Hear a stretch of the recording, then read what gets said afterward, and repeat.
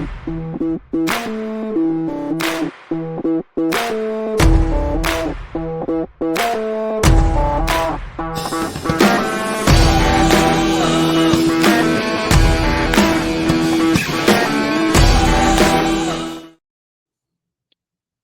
everyone. Welcome to another episode of Live from the Blue Seats. It's producer JL coming at you today with the one, the only, the man, the myth, the legend, a guy who managed to survive a full day with me and didn't have his brain explode. Dave, how are you?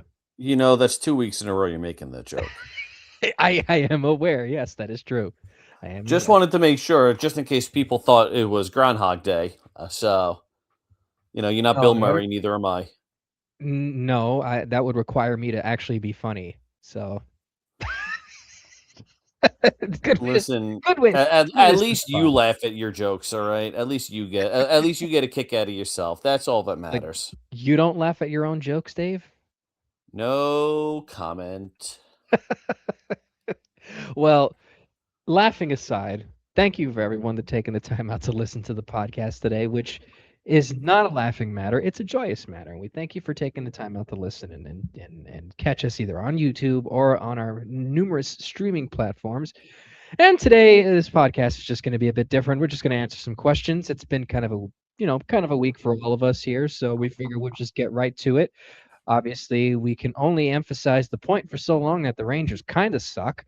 So let's just jump straight into your questions and we'll go right to starting on Blue Sky. So the first two questions on Blue Sky come from the Gerard Gallant slander account, one of my Still favorite the accounts on social greatest media. name ever.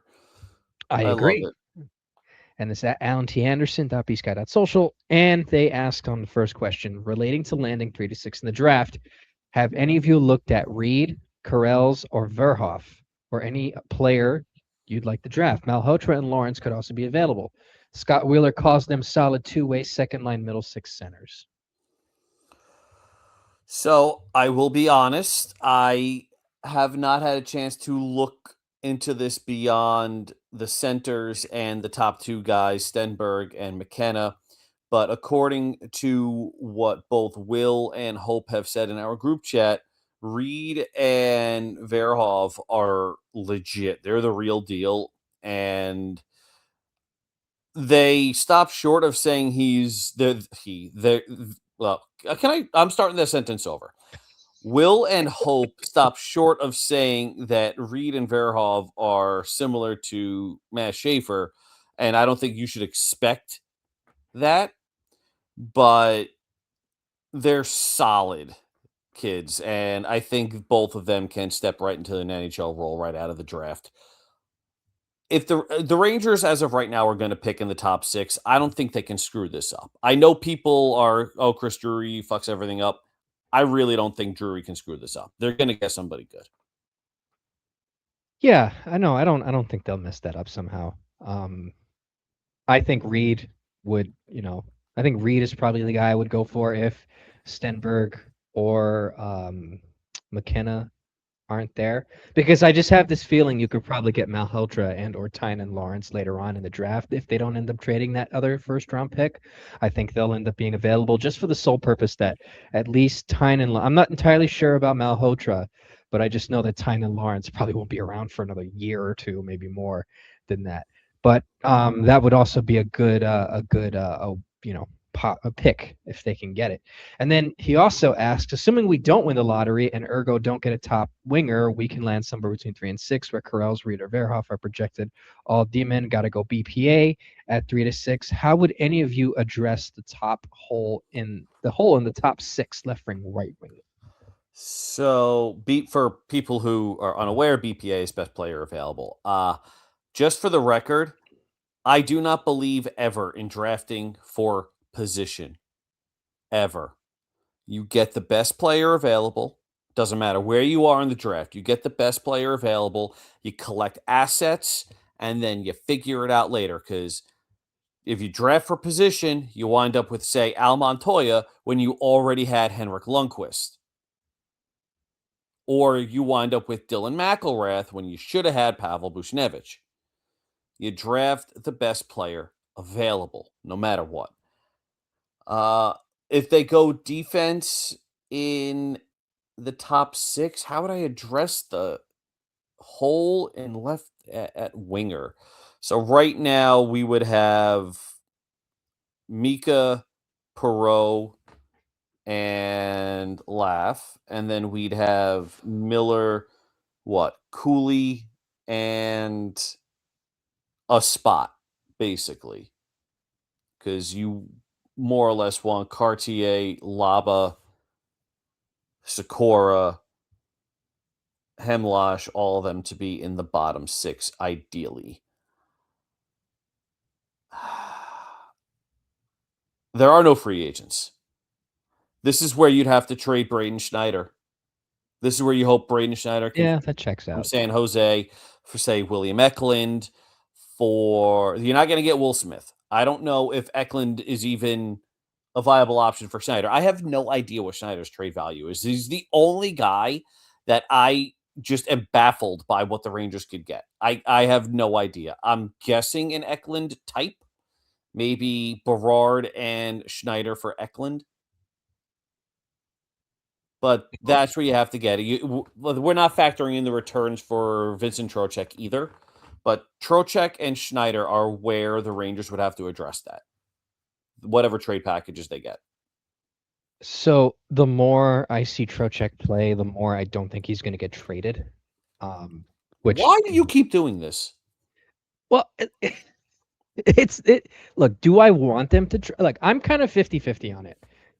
I understand that trading Trocheck is very incredibly beneficial to the franchise, and depending on what they get in return would be great.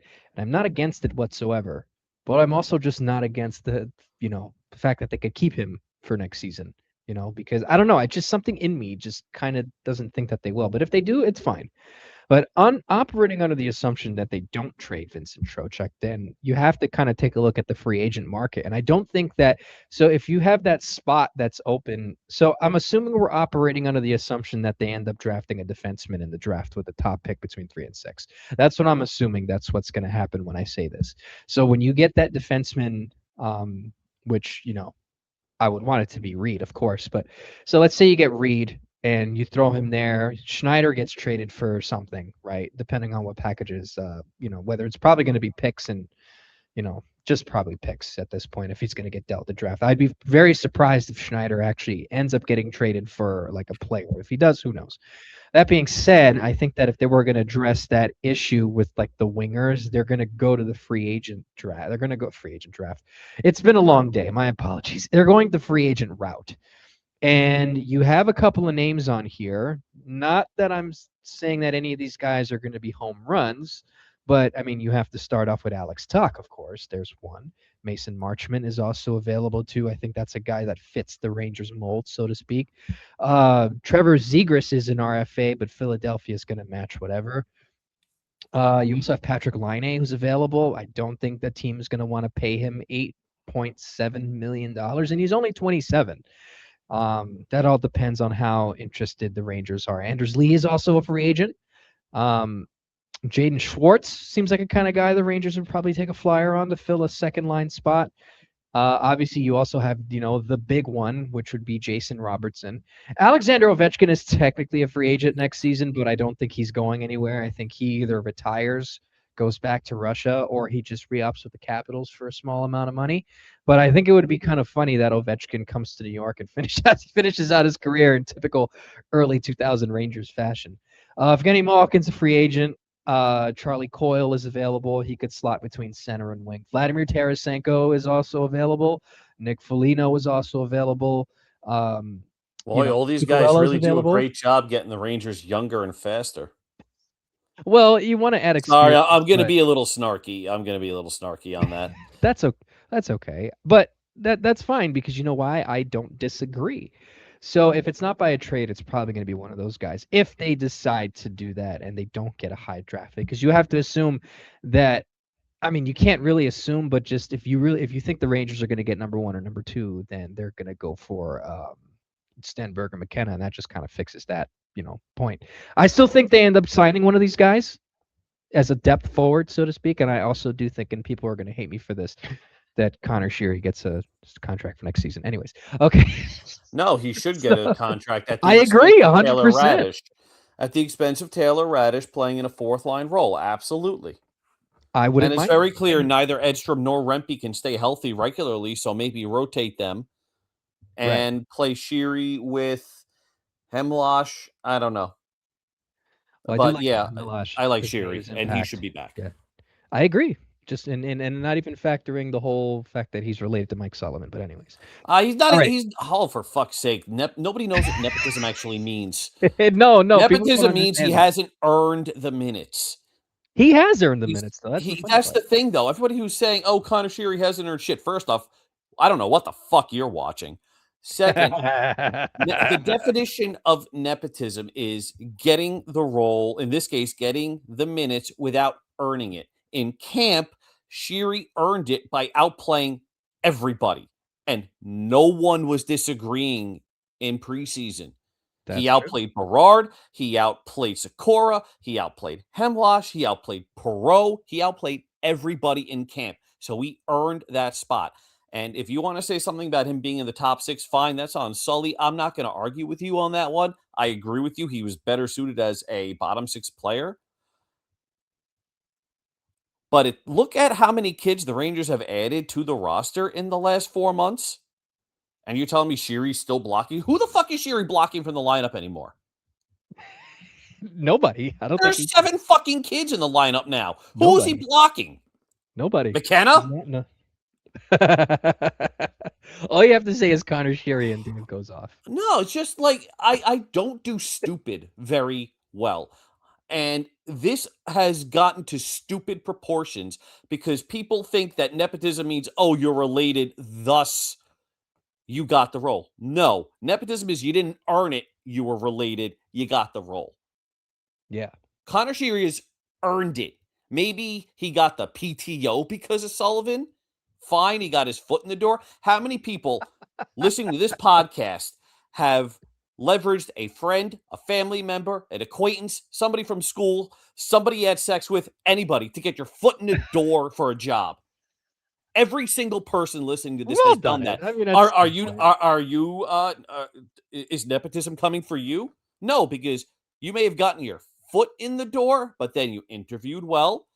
You got through your probation period if you had one at work. And guess what? If you're still there, you're doing something right, which means you have earned the role and your salary. Sheary is doing the exact same thing. So shut the fuck up about this already, because none of you know what nepotism actually means.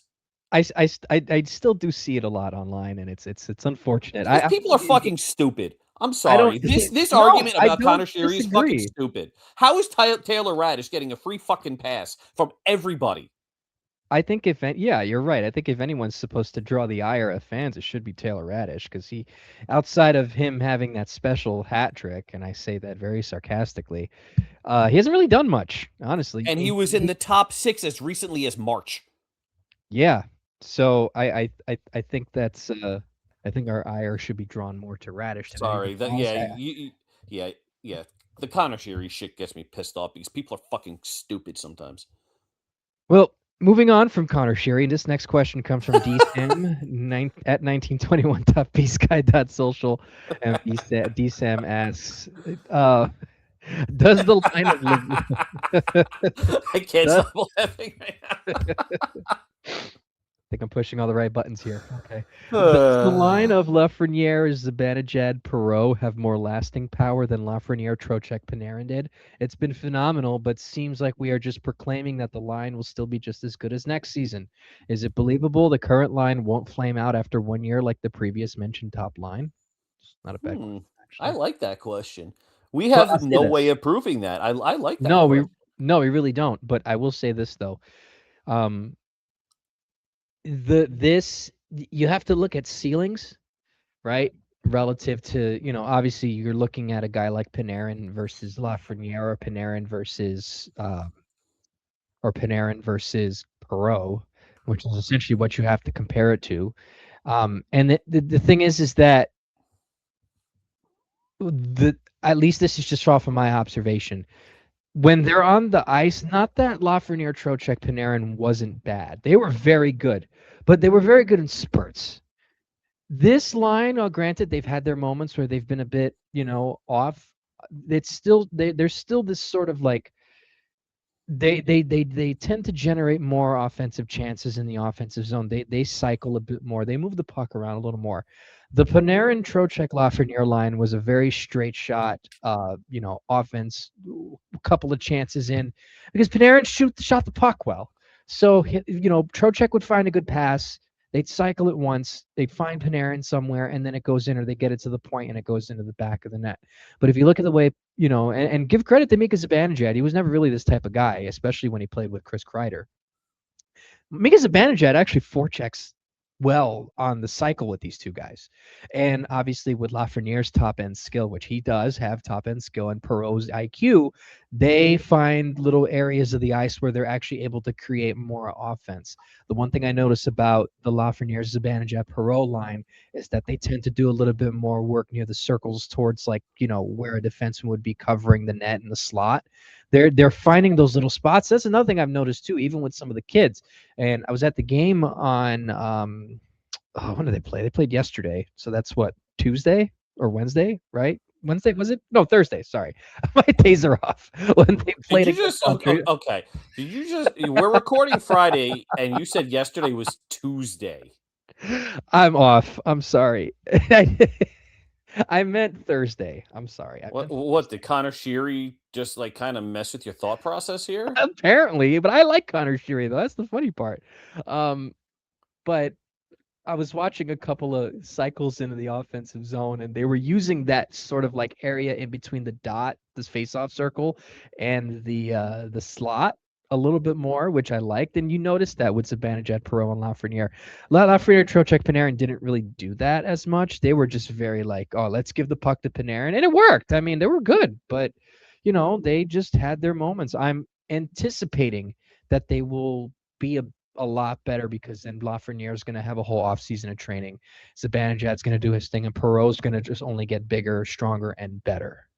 So is it believable that the current line won't flame out? I think they'll be able to, kind of continue this. And it also depends on what happens when you have a healthy JT Miller and potentially somebody who is going to be a difference maker as if they end up getting a top forward on their draft pick. That also matters too, because then you also have to factor in matchups. Because then if they have to put the top D pair on that line, then that opens up more with Mika, Lafreniere, and Perreault. So it's funny that the Panarin thing is being brought up, and perhaps I'm getting ahead of myself. But do you think Lafreniere can have an impact like Panarin did, where you look at his stat line, he's mostly in the 80 to 95 point range. From 2017 through 2024, 2025, he was in the 80 to 95 point range, and he had one season where he put up almost 50 goals and 120 points. So one outlier season where he was just absolutely absurd. Which season was that? That was his first. That was the 23-24 season. That was where the power play was almost automatic. Oh, that's right. He was approaching Jagr territory that year. Yeah, he was dangerously close to Jagr's records. Wow. So minus that one season, I think Alexis Lafreniere can flirt with this type of a career. And the only reason why I'm saying that and why I'm flipping on my initial thoughts from earlier in the year is Lafreniere was basically, after the Panarin trade, given the reins and said, you are the focal point now. Run with it. What does he have? 19 points in 16 games since the Panarin trade?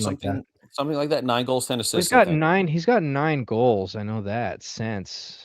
Oh, and 9 goals, 10 assists. I think that's what it is. 9 goals, 10 assists. Yeah. Yep. So he has about 7 goals in that time frame. 7 goals, 10 assists, or 7 goals, 12 assists, something like that. They're tied in points.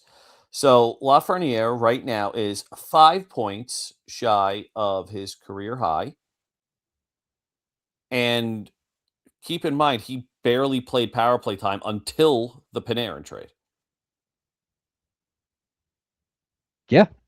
So you give him legitimate power play one time, assuming that power play actually connects at a 20% clip. 20% is essentially a top 15 power play nowadays, top 16 power play. 20%, they convert at a 20% clip. I think Lafreniere can put up 80 to 90 points consistently. Oh, easy. Oh yeah. And I think he winds up with a Panarin type career. And people forget that Panarin, yeah, that 120 point season, but he was never a 100-point guy. Never. Nope. Like, he would have gotten there in the COVID shortened season, 1920, 95 points in 69 giggity games. But uh, uh, I'm sorry. You just put that in there seamlessly. That's hilarious. Go on. I'm sorry. thank you. Uh, he had that nice run. So let's call that 2 100-point seasons. I think Lafreniere is capable of a 100-point season, but I think his career, remember, he's 24 years old. His career eventually settles as an 80 to 90-point guy. And you know what? You get that from a first round pick. Is anybody going to complain anymore? No, don't complain. Exactly. Well, I know a few people that'll complain, but Yeah, fair, fair. But like, the difference know. is the way he's playing. He's far more engaged. And I wrote about this. He was always the guy on his teams growing up. And then he came to the Rangers. He was shunted to the third line. He was behind Kreider, Panarin, um, everybody, basically. He was never given power play time. He was always a tertiary option. Even when he got into the top six on the Trocheck Panarin line, he was not on the power play. So he was still a secondary option. Now Mhm. he's the guy. And I think we're going to see a different Lafreniere. The Lafreniere we're getting now, I think, is what we're going to see next year. And Perot's going to continue to grow. His intelligence is off the charts.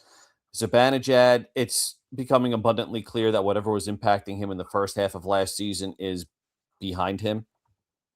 And he is revitalized, winning the Stephen McDonald Extra Effort Award. It's a fan vote. So going from pariah to this is a big thing. And I think he Mhm. continues. His play style generally ages somewhat well. So, Yep.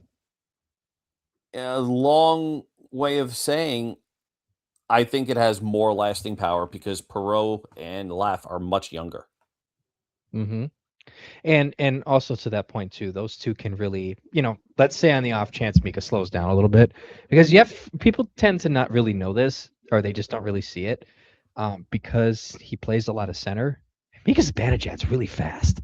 Like Yeah. he's not like a Bedard or like a McDavid, but the guy could still wheel it pretty nicely. I mean, it's just his style and the way that he plays, it doesn't allow for that because he's not, he's playing very defensively.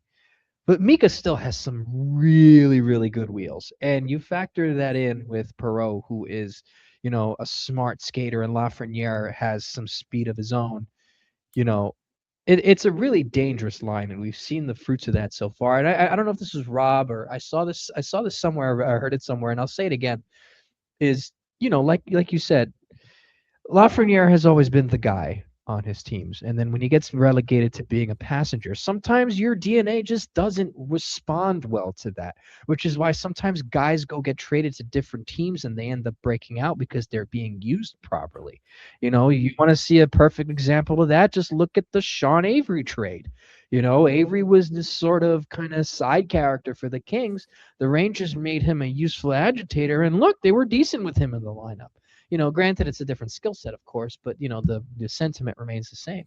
So I think they'll be fine, and I'm really happy to see that something is working out. And to be fair, the way that they've had a couple of stinkers, that's expected with a team that's only got that's not that still has some young kids. But I'll say this: they've put up some pretty fun games. Granted, we want this, they want the ethical tank to be fed, But they've played some really good games, and a lot of these youth that have come in, especially with Perot and Lafreniere, they're doing a really good job. So I think they'll hold up. All right, this next question. Now we're on to the blog again. Thank you to sending your messages and comments on social media and also on the blog as well. This first question on the blog comes from Spozo, and Spozo asks, "Who gets the fourth A next season, Lafreniere or Gavrikov?" So Good question. Miller's going to have the C, Zibanejad an A, Fox an A. So I'm assuming you mean the third A? Well, it's well. You also got to remember Vincent Trocheck. Right. Trocheck's. I don't think Trocheck will be here. I'm assuming this means Trocheck won't be here next season. Okay, fair enough. I'm until it happens, I'm operating under the assumption he's here. So, but You go for it. No, I'm just trying to think. No, go ahead. I need to see. I was gonna say Cooley. I don't know about that. I don't. I don't know. I think that's a good question. I'm just trying to think because Oh, I know who it is. Connor Sheary. Hey, listen. Hey, listen. I wouldn't totally doubt it if they brought him back and they gave him a letter. I wouldn't put it past them. I would do it just because I would love to see this fan base meltdown. Piss people off. Oh my god, it'd be great. If I had to pick, because there's only I don't know. It doesn't ever really matter what position wise, because I've just never really seen that where they just kind of want to have it spread out over different positions, the captains and the alternates. It's probably going to be a forward, so I'm assuming. Oh boy. So you have. Oh gosh, I'm actually really thinking about this too hard. It's Miller, Fox, Zibanejad, Trocheck, and then it was obviously Panarin that left. So that leaves that fourth. It could be Gavrikov. I mean, that's not a bad option. That would be a sick jersey to get, though. Gavrikov 44 with an alternate captain on it. Oh yeah, absolutely. I don't know about Lafreniere. I think he's still, a bit. I mean, unless they really believe in him to be like a leader of the room. I'd Gavrikov probably, because you could put the second A on defense. Not that any of that matters. The only reason why I don't think Cooley is just because he's still quote unquote young-ish. And I was reading something today. I think Vince Mercogliano wrote something about Cooley, and they were talking about how he's kind of underperformed. And honestly, if you really want to draw some ire to a player, and look, I love Cools, I do. I think he's going to be awesome for this team. But you want to draw some ire to a player and give somebody who kind of deserves a little bit more scrutiny. It's been Will Cooley. And that's why I don't think it's going to be that, or unless they only give it to him because he's been here for some time. But Cooley doesn't strike me as the kind of guy to get an A yet. Maybe in a couple of years, but not right now. So I think Gavrikov might be the safe bet for now, because then if somebody else like Trocheck probably get traded, then it probably goes to Cooley. Wild card there is obviously if they make a trade for somebody like a Jason Robertson. Yeah, I don't know. I don't think he would get an A, though. I think if they were to sign somebody like a Alex Tuch, he probably ends up getting it because he's, Or, I was thinking about this the other day. So I was thinking about this there the other day. That's for anybody who watches Letterkenny. I was thinking about Vancouver, and the guy that came to mind is Brock Besser. I have a feeling the Rangers are going to trade for him. Then again, I'm usually wrong, but I just have a feeling that that's going to be the guy because he kind of fits what Chris Drury's looking to do. I don't know if Besser hates JT Miller or not, but it's definitely not going to be Elias Pettersson. But yeah, that's another conversation for another day. But if let's just say they end up getting like a Tuch, Brock Besser, or maybe even a guy like an Anders Lee, which I don't think they should do, those guys probably get that A because they're respected leaders, But I'm kind of going off of the deep end at this point. Yeah, that's a tough question.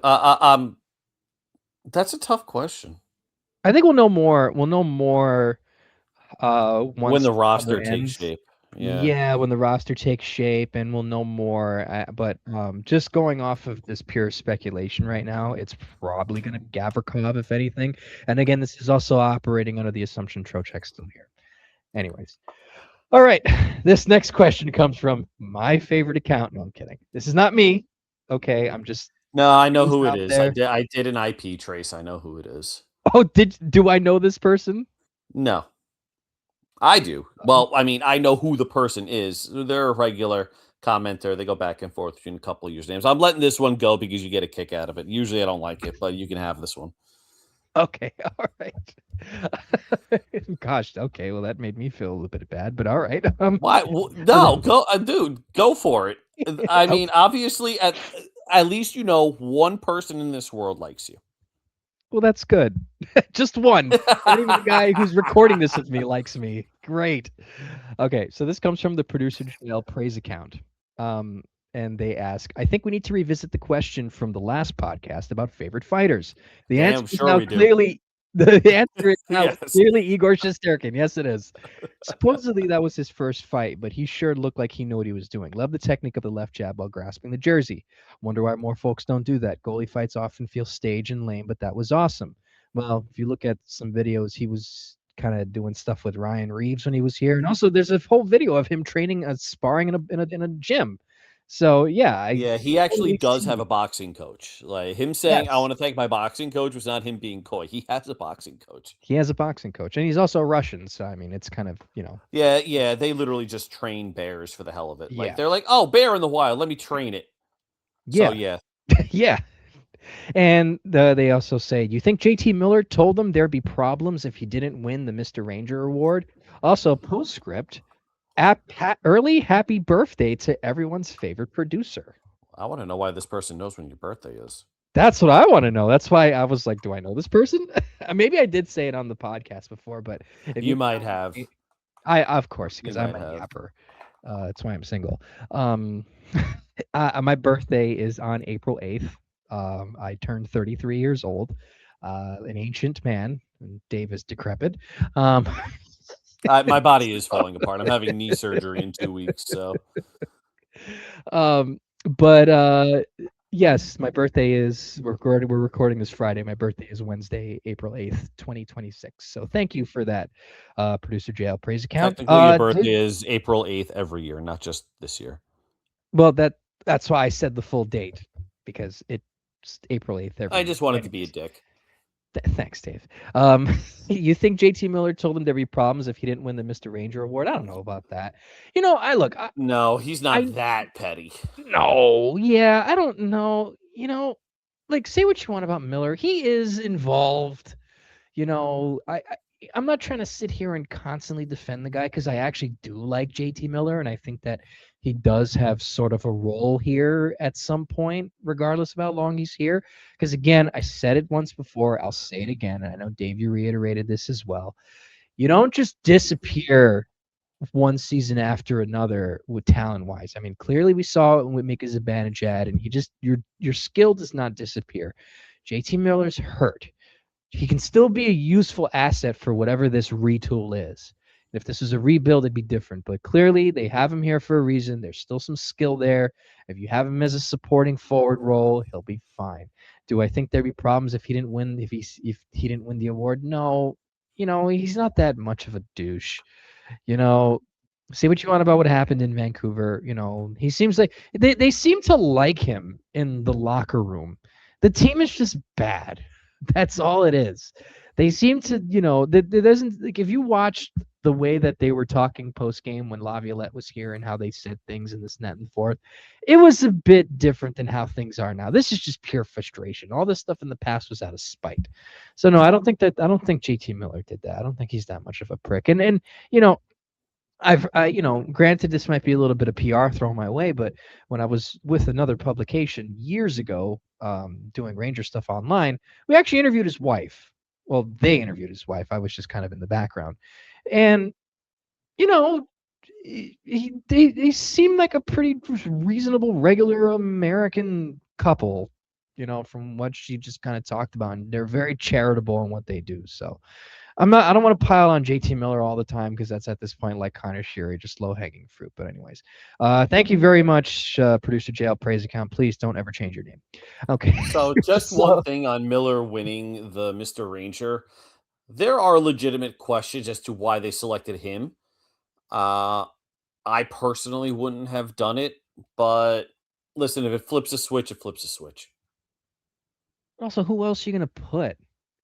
Mika You gave Mika Zibanejad. this. Well, you gave Mika the Stephen McDonald Award. That No, should the be argued. fans gave him Well, the the Stephen fans did, McDonald right? Award. But I think some people say that this might have been planned.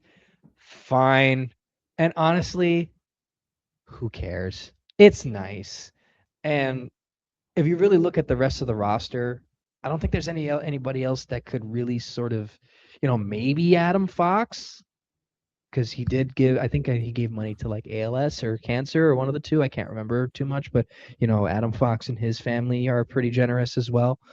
But I mean, I'm not losing sleep over him winning the Mr. Ranger award. I met Rod Gilbert. Rod Gilbert would probably have loved JT Miller this time around. I'm sure he loved him before, when he was here. So, I don't think that this just is a non-issue that people are just getting mad Hmm. about online. All right, this next question comes from Nikki70. And Nikki says, I posted the other day that if Garand continues his stellar play and finishes the year with a 925 or so save percentage, he should be traded for something valuable like a top six prospect. Since goalie play in the NHL is a bit down, he should have significant value. Do you agree with this trade proposal idea? And then they also say, do you agree with me that Igor is definitely not going to be traded and Garand will only be a backup going forward? A lot of questions there. Okay, first off, on goalie trade value, Garan doesn't have any right now. He doesn't have that type of trade value. You can get a legitimate top six prospect. Uh, Even when the Rangers had the best backups that wound up becoming solid starters in both Georgiev and Talbot, they barely got mid round picks for them. The goalie trade market is insanely inconsistent. I don't understand it. I think Dwayne Rollison at 49 years old got a first round pick or some shit like that. But Cam Talbot got like 2/3 and a fifth or some shit. So Garand does not have that kind of trade value. Goalies in general don't have that kind of trade value. Even Igor Shesterkin right now, I don't think has that kind of trade value. So it just the goalie market makes no goddamn sense. Um, Though I do think Garand eventually, he's the backup next year. He'll be the backup for 2 to 3 years, and then we'll see where Shesterkin is and where Garand is at that point in their careers, and they'll make a decision. They're going to follow the same path that's worked multiple times for them. I don't think Garand is going to get traded. You shouldn't trade him to begin with. He's shown he can Not play right now, here. no. No, not right now. But even just how much worse can it? Look, I love Jonathan Quick. I love the first couple years he was here. He played a vital role in this team being successful. Fine, but honestly, who are you going to bring here that is going to? You're going to sign a guy off of the market for way more than he was supposed to be. You got a guy here who can be a starter. Let's just put that out there. Garand can be a starter. Like he looks like he can play a couple of games as the man. This is going to be the conversation we're going to have every time. And the Rangers, got to give them credit. They do a really good job with developing their goalies. You could thank Benny Allaire for that. And Jeff Malcolm's done a pretty decent job so far, at least with Garand and getting them ready for the NHL. And also Benoit Allaire still with the organization too. Um, so, you know, I don't think trading Garand is smart. That's not, you're going to get a goalie for pretty much league minimum for the next like 2-3 years. And then you reward him with like Jonathan Quick type contracts that they've given, for, 1 or 2 years. And then like you said, you just evaluate from there. Now that you say that though, Dave, you're right. The goalie markets are weird. I don't ever, it's just, I could never get a full grasp on it. Spencer Knight gets traded. Aiden Hill gets traded for different things. Stuart Skinner and Tristan Jarry got traded for each other. That's probably the most perfect trade you could think of because they're both like mediocre goaltenders. So, no, I don't agree with trading him. But I do agree that Igor's not getting traded and Garand will be a backup. But I think what they might do is they might end up giving Garand some more time to kind of rest Igor, so to speak. But then that's also a bit, detrimental to Igor because Igor's the type of guy that you need him to play a lot. They'll have a good balance, but I think Garand is going to be the backup here. And even if you have to deal with the mediocrity or him learning growing pains or whatever, it's going to be a lot better than what we had to deal with Jonathan Quick this year. And I hate to say that about Jonathan Quick, but his time has passed. As someone who's older, I don't like telling people that your time has passed. But in his case, at least for hockey-wise, it is. If he wants to stick around with the organization, because I think he lives out in Connecticut, I think that's where he's from, why not? Stick around, buddy. I like Jonathan Quick. Look, I know people, and I think you're one of them, Dave, that they just don't like him for 2014. And that's okay. I get it. But I think Jonathan Quick should be a guy here in some form or another. I think that would be very beneficial to the goaltenders in this organization when they start bringing him in. It's Jonathan Quick, for goodness sake. He won 2 Stanley Cups, even if one of them was against us. Fine. You live and you learn. But anyways. All right, so this next question comes from Two Line Passes. This one's actually kind of funny.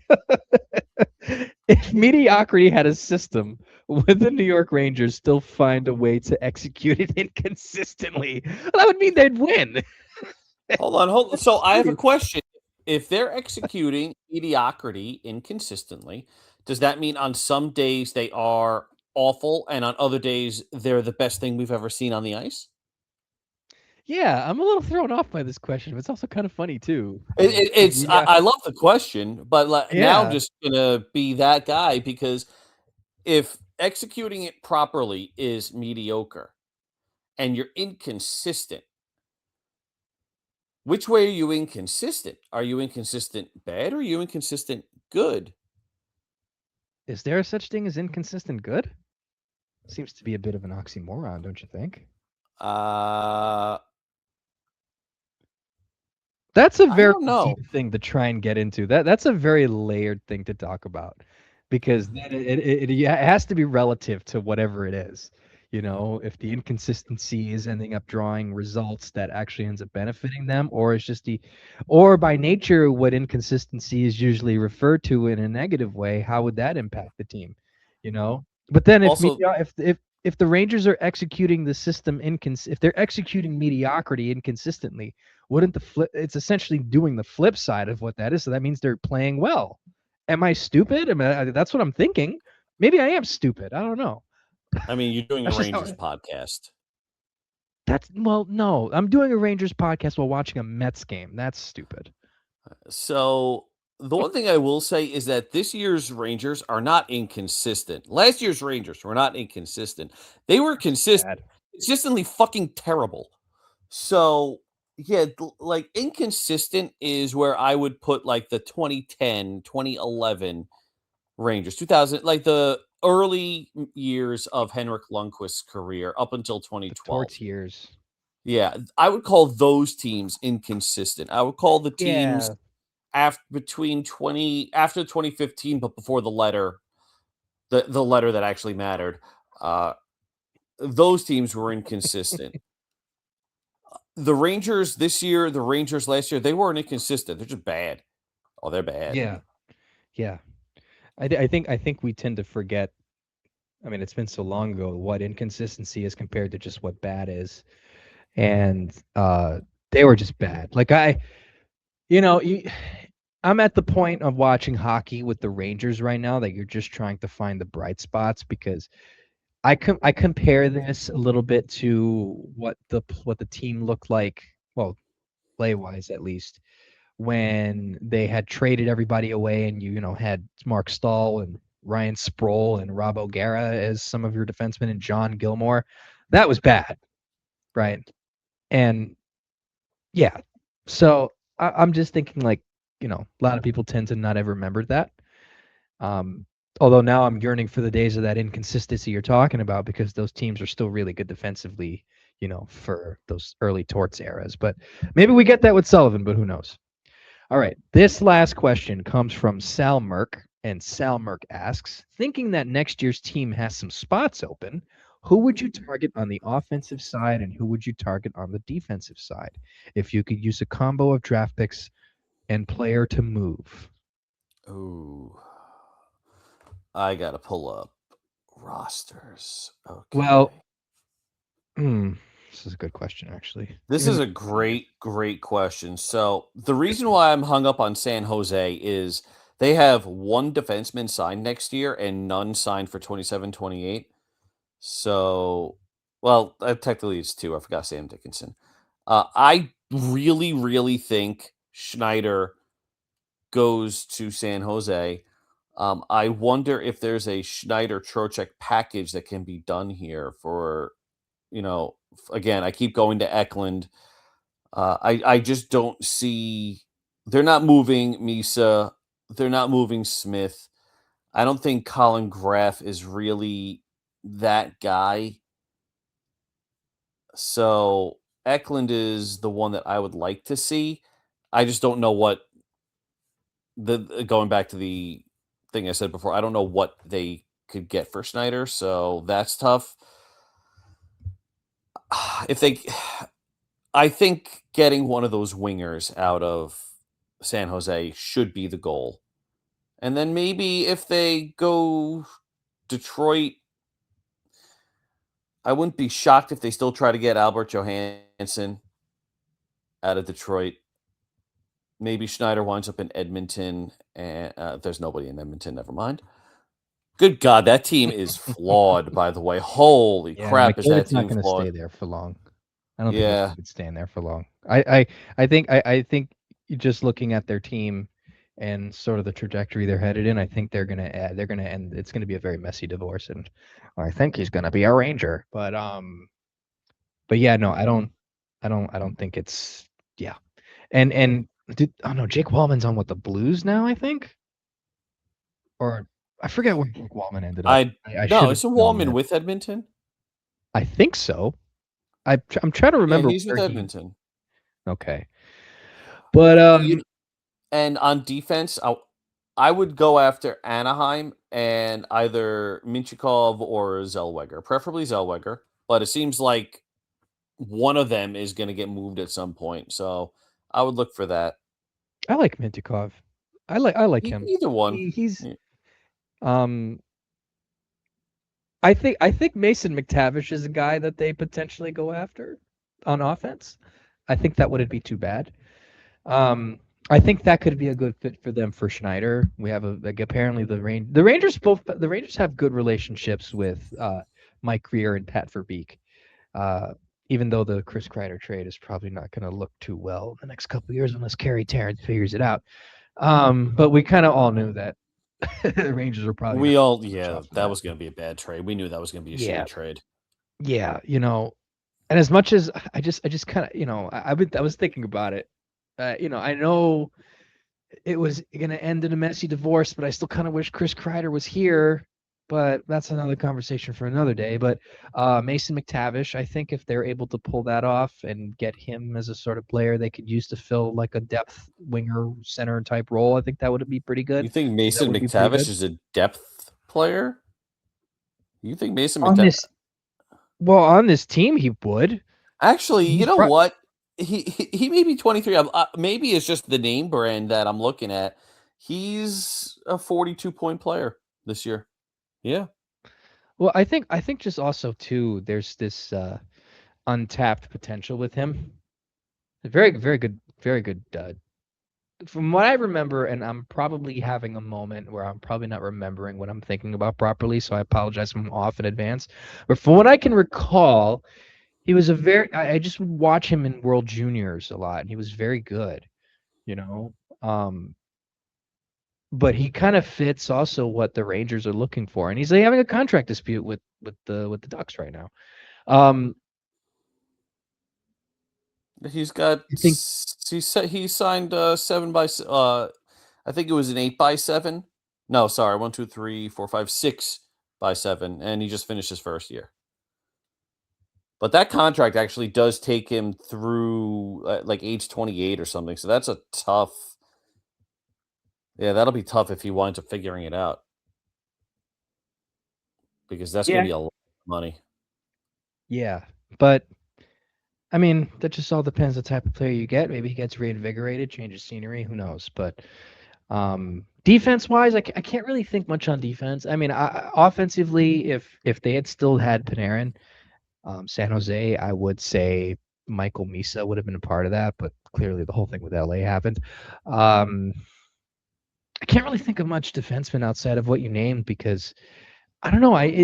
For some reason, and then there's always that trade that Chris Drury ends up pulling out of his hat that of somebody that we don't know about. And he actually did a really good job with it the first year, second year he was here at GM, with Frank Vetrano and Justin Braun, but I mean, who knows if he has another one of those up his sleeve? I don't know, but they definitely have to add another defenseman. I wouldn't know. I'm just going to go off of what you said. Yeah, it's tough to figure this out right now because you don't really know who's available, and people and guys that weren't available at the deadline may be available, at the draft. Guys that were available may now no longer be available. It's just everything changes for teams.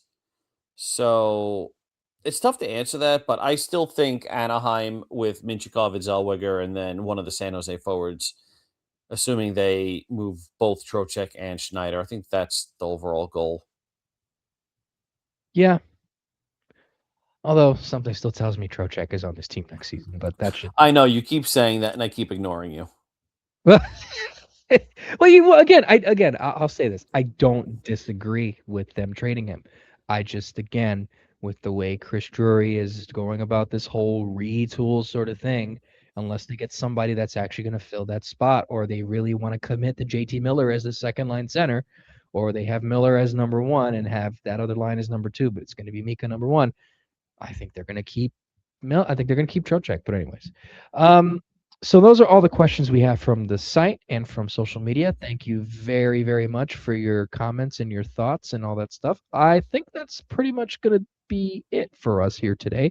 Not that long of a podcast. We just said it to answer your questions. Any final thoughts, Dave? No.